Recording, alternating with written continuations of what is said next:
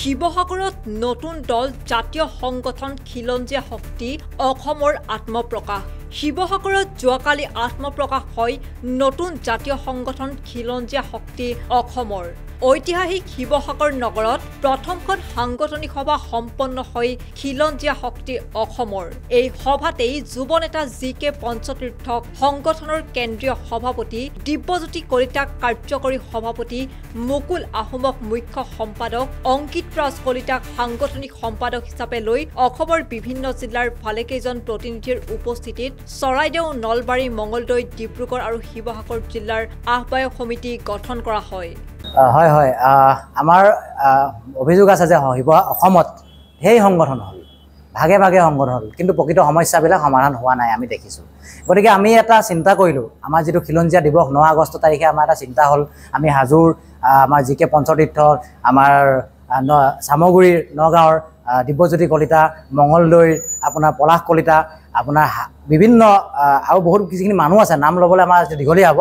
সকলোৱে চিন্তা কৰিলোঁ যে আমি এটা খিলঞ্জীয়া, যি আমাৰ খিলঞ্জীয়া ৰাইজৰ এটা সংগঠনৰ প্ৰয়োজন, তাত সকলো জনগোষ্ঠীৰ মানুহৰ সমাহাৰ ঘটিছে। তাত আপোনাৰ বড়ো, ৰাভা, কছাৰী, মেচ, কলিতা, সকলো জনগোষ্ঠী, আহোম, সকলো জনগোষ্ঠীক লৈ আমি এটা সংগঠনৰ পোষকতা কৰিলোঁ। আজি শিৱসাগৰত তাৰে এখনি সাংগঠনিক সভা হ'ল, আৰু সেই সাংগঠনিক সভাত আমাৰ জি.কে. পঞ্চতীৰ্থ সভাপতিত্ব আৰু আমাৰ কাৰ্যকৰী সভাপতি দিব্যজ্যোতি কলিতা, আমাৰ শিৱসাগৰৰ নিজেই সাধাৰণ সম্পাদক হিচাপে মই উপস্থিত থাকি আৰু সাংগঠনিক সম্পাদক অংকিত ৰাজ কলিতা উপস্থিত থাকি এখন শিৱসাগৰ জিলাৰ এখন আহ্বায়ক সমিতি গঠন কৰিলোঁ।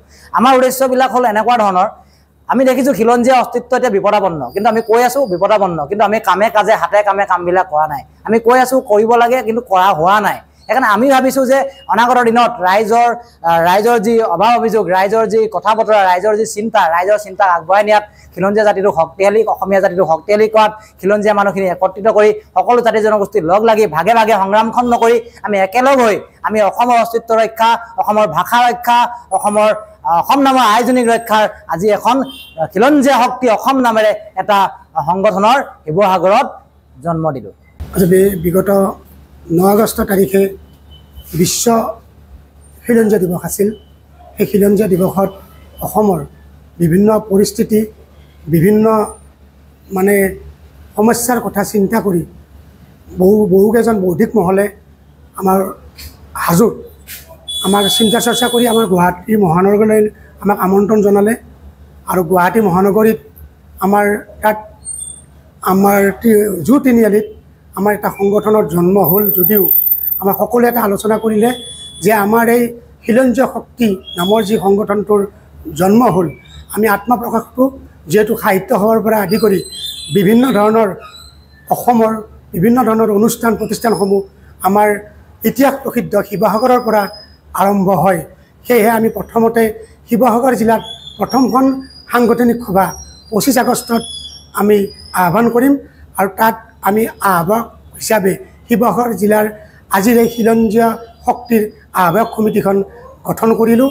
আৰু আজিৰ পৰা আমাৰ অসমৰ শদিয়াৰ পৰা ধুবুৰীলৈ খিলঞ্জীয়া শক্তিৰ এটাই উদ্দেশ্য, আমি কোনো ধৰ্মৰ মতত নাযাওঁ, আমি কেৱল সমগ্ৰ জাতি গোষ্ঠী একত্ৰিত হৈ কেৱল মাত্ৰ খিলঞ্জীয়াৰ হকে আমাৰ খিলঞ্জীয়া শক্তিটোক কেনেদৰে অসমত একত্ৰিত কৰি আমি কৰ্মমুখী কৰি যাব পাৰোঁ, তাৰ প্ৰতি আমি আশা কৰি আজি শিৱসাগৰ জিলাত আমি এখনি সাংগঠনিক সভা আমি আজি সম্পূৰ্ণ কৰিছোঁ। মোৰ নাম জি.কে. পঞ্চতীৰ্থ। আমাৰ সকলো দলীয় সতীৰ্থ, আমাৰ সাংগঠনিক সতীৰ্থই মোক আমাক অভাগক আমাৰ সভাপতিৰ দৰে এখন দায়িত্বশীল আসনত অধিষ্ঠিত কৰাৰ কাৰণে আহ্বান কৰাত মই তেখেতসকলক যথেষ্ট ধন্যবাদ জনাইছোঁ। আৰু আমাৰ সম্পাদক হিচাপে শিৱসাগৰেৰে আমাৰ যুৱ প্ৰজন্মৰ এগৰাকী উদীয়মান জাতীয় সংগ্ৰামী সত্তা আমাৰ মুকুল আহোম ডাঙৰীয়া, আৰু আমাৰ তাৰ লগতে আমাৰ উপস্থিত আছে সাংগঠনিক সচিব আমাৰ তেখেত অংকিত ৰাজ কলিতা, তেখেতো আহিছে। অংকিত ৰাজ কলিতাক সাংগঠনিক সচিব হিচাপে আমাৰ নিৰ্বাচিত কৰিছে। শিৱসাগৰৰ পৰা মিছকাতুৰ ৰহমান, নিউজ ডেস্ক ৰিপৰ্ট।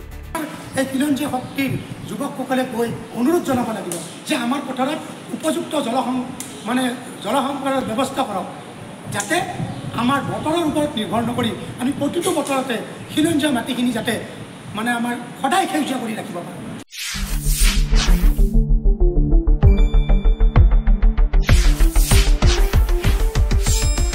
শুদ্ধ আৰু বিস্তৃত বাতৰিৰ বাবে চাই থাকক নিউজ ডেস্ক ৰিপোৰ্ট।